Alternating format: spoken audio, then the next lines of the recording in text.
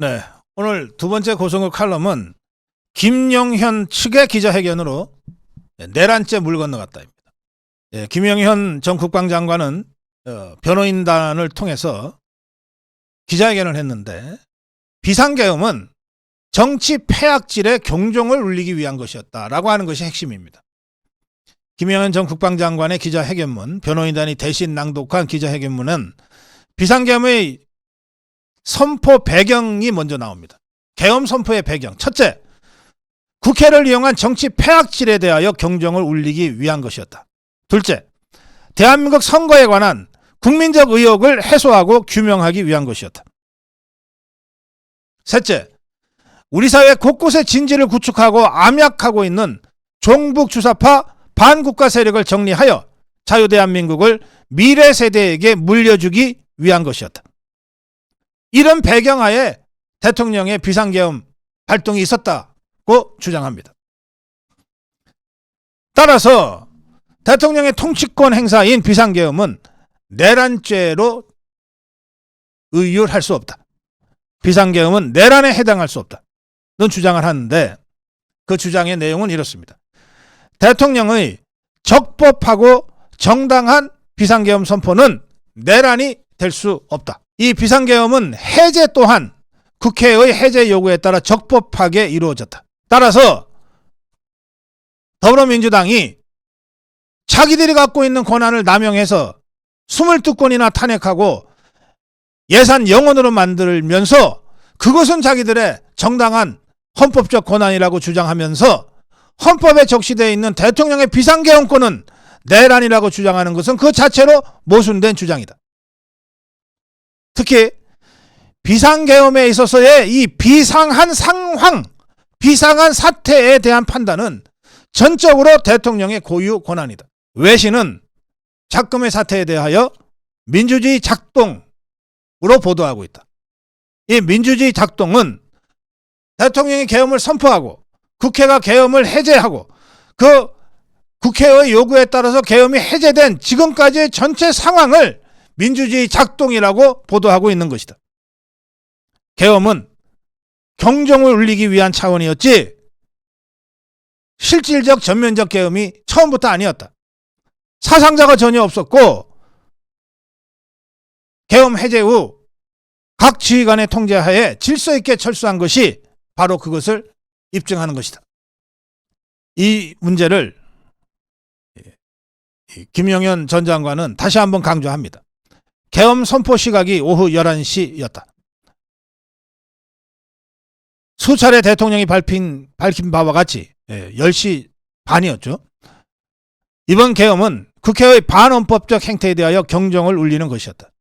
전면적 계엄, 실효적 계엄을 이루고자 했다면 병력을 사전 투입하고 국회 경내 진입을 완전히 통제하고 새벽에 계엄을 선포했을 것이다. 실제 국회의 계엄 해제 의결 행사를 저해한 바가 전혀 없다. 당초의 계엄 선포 목적을 달성하기 위해, 그러니까 경각심을 올리기 위해 필요 최소한의 조치만을 행하고 적법하게 해제했다.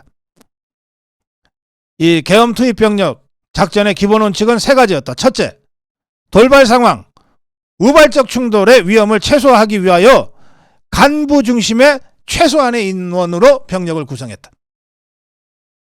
둘째, 사상자가 없도록 무력 사용 자제에 만전을 기했다. 셋째, 유혈 사태가 발생하지 않도록 실탄을 개인별로 지급하지도 않았고 휴대하게 하지도 않았다.